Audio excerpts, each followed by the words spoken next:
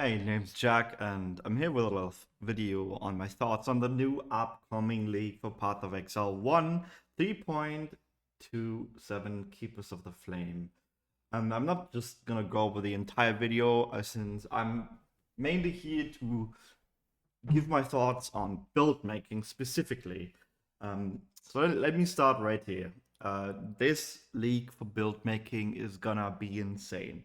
Before this league, build making was like a solar system, right? You have so many options, but now with all the new things that were revealed, like bloodlines, these new items which you can see right here, we got new skill gems and all of the other things. The possibilities are so many, and there's been some really good changes as well. Assassin has gotten a rework.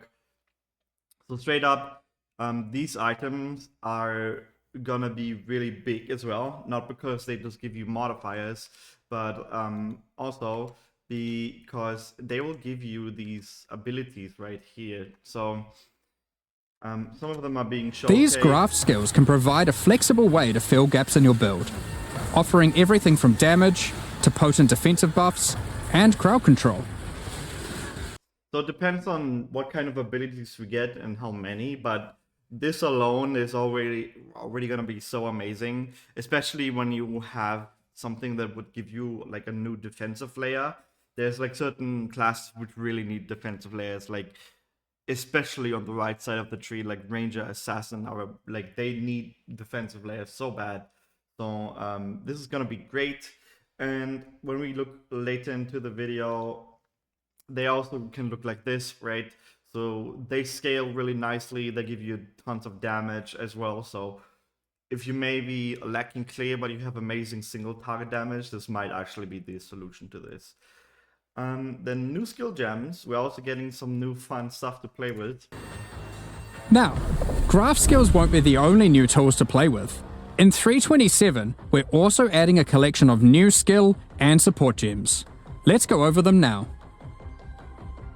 Kinetic Rain is a new wand attack, which covers the ground in unstable kinetic energy. These hazards collapse at the slightest touch, releasing their energies into any unfortunate soul who happens to be standing on them. So this alone is already insane, right? Because it's what it looks to me like. It's a projectile that drops from the sky, like Blast Rain, for example, which means you can probably do some fun stuff with this, right? You can get like big AoE and just clear everything in a singular use. And then it leaves these orbs behind. Like, you can probably combine this with other things, and there's gonna be some insane clear. In dangerous kinetic force. Wall of Force creates a barrier of kinetic power, causing... So people have been asking for this, right? Because for certain projectiles, when you have like Chain and the Dead Eye Ascendancy, they bounce off walls. But in boss fights like this one or other areas that are really large, you don't have anything that they can bounce off of. So Wall of Force is basically there to give you these bounces, right? Which is amazing. Like the clear on that is gonna be really nice, and it's gonna be helpful in bosses, as you can see here in the Maiden. Allied projectiles to ricochet towards targets automatically. Drop one behind a boss and redirect the bolts of your armies. I'm sure you'll find ways to break this one. It also lets you very specifically like target AoEs, like Kinetic Blast explodes in an AoE, right? But it needs to hit the opponent for it to do that. So when it collides with a terrain, it gets this explosion, which means you can overlap explosions, right? That is another use for this as well. Conflagration is a new bow attack. And this is the one that I'm really looking forward to, and I'm absolutely making a build about this. This looks amazing. I've been wanting new bow skills in the game forever. And this is basically explosive arrow plus blast rain, or like rain of arrows. It looks so good. Which rains down fiery bolts from above that stick into the ground and pulse as you approach. Once you get close enough, these bolts detonate, causing ravaging ignites. So I see multiple build viabilities here. One of them is an ignite proliferation build, and ignite proliferation is really good at blight. So I might just do that instead, because blight is a lot of money. On the other hand, now that heist has been buffed and you don't need to set up all of your people anymore, I might just go into heist instead. You could probably also play like a hit build with this, as it seems to have like huge AoE, and I'm guessing it has an ignite component and a hit component as well. These bolts chain react, allowing you to create fields of incendiary destruction. Thunderstorm is a bow attack, which creates a whirling This one looks kind of rough, right? So you storm of create wind and these, lightning where it lands. You create these whirlwinds right here. You stand in them, and the longer you stand in them, I'm guessing like the bigger they get. And then when you walk out of them, you release these tornadoes. While you're within the storm, it will rapidly grow. The damage here that they're showcasing looks kind of low, but that might just be because the build isn't that great. Until it becomes violently thunderous with lightning-infused clouds. The clear itself looks actually really good. It like goes in all directions, right? So if you have enough damage, you could probably clear the entire map with this. This might just be an ability that lets you like kill enemies off screen as well. Because it seems to me that these projectiles, these tornadoes, collide with terrain and then bounce off them. At this point, leaving the storm will cause it to detonate, dealing damage to everything within and releasing a flurry of tornadoes in all directions. It looks a bit wonky, but this is probably not bad at all. You'll probably have to play around with it to see how it goes. Attacking with kinetic fusillade will in all directions.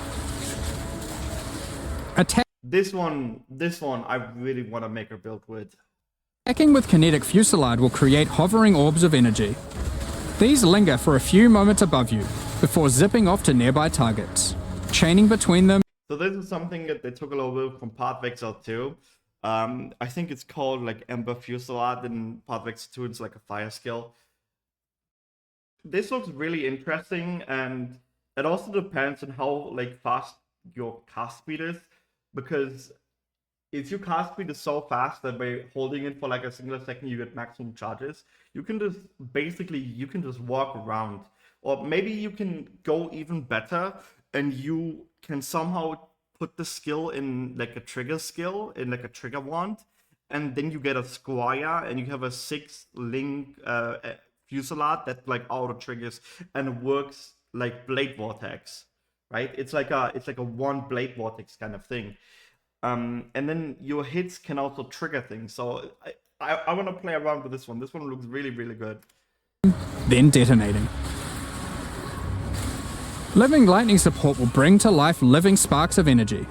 Elemental minions that zap through packs of enemies with speed and ease. So this looks really good as well. It's specifically lightning minion. And lightning usually is very good with damage-wise. I wonder how high you can get the damage on these, and like the other things that they synchronize with. Like you could do lightning skelly mages, right? You could do lightning specters. There's the good those things from the temples in Act 8, right? It looks really good though. Use these alongside your spellcasting to augment your pack clearing abilities, or find whatever means possible to cover the world in living sparks of ruin. It's also like how many of these lightning sparks can you have? Like what's the minion limit? Wind burst support unleashes chaotic tornadoes as you attack. So yeah, so the tornado thing, it's like you basically just release tornadoes, which ricochet around wildly and quickly. These deal moderate damage as they travel, but will explode into a highly damaging burst when they expire.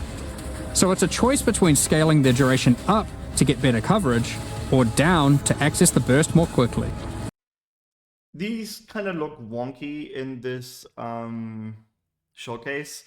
but I'm guessing this is really good for clear, especially if you can get the cooldown lower. And it's like another part of like a ranger's like bow build kit, basically. This looks pretty good, actually. Kinetic instability is a support gem to go along with the new wand attacks that causes enemies slain to leave behind those same orbs of shimmering energy that kinetic rain creates. One might ponder just how many orbs you can create.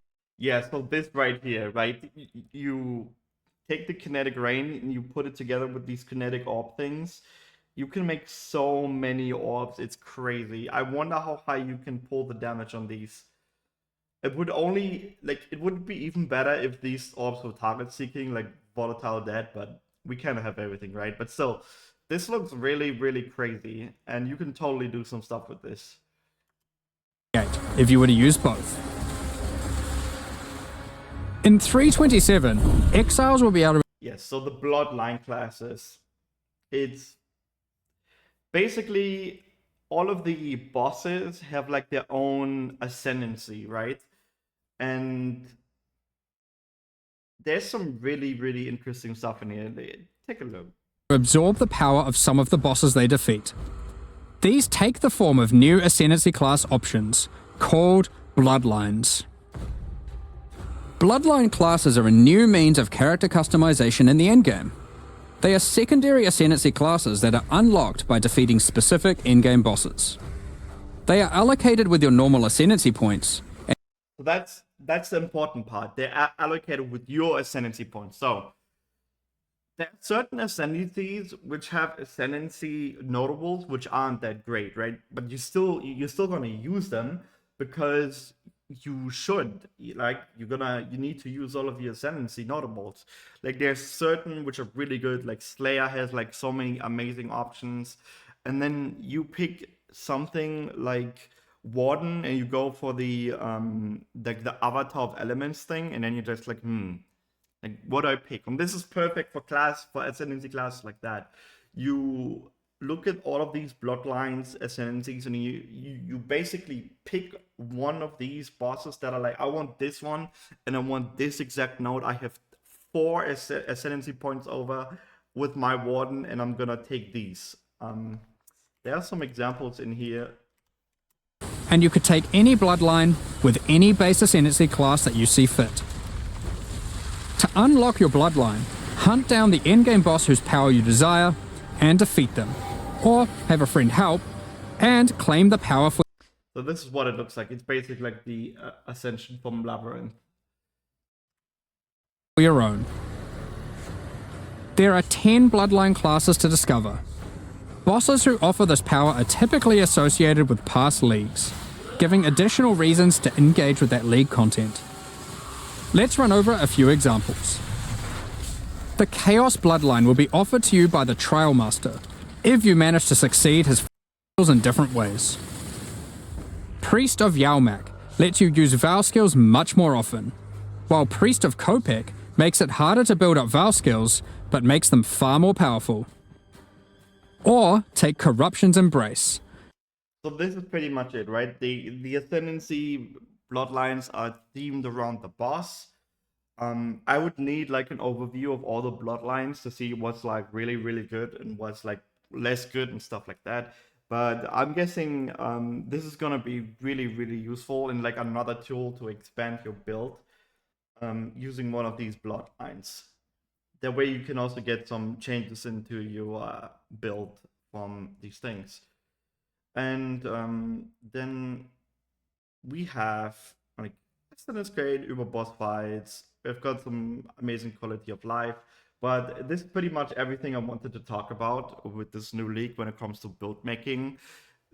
The new build making possibilities are so many now, especially with these bloodlines, and I hope they release all of the bloodlines before the league and don't keep it basically secret, because what's gonna happen then, people are gonna kill these bosses really quickly in either standard or in softcore, and then they're just gonna get posted, right?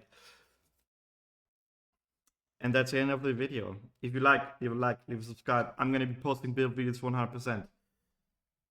See you around.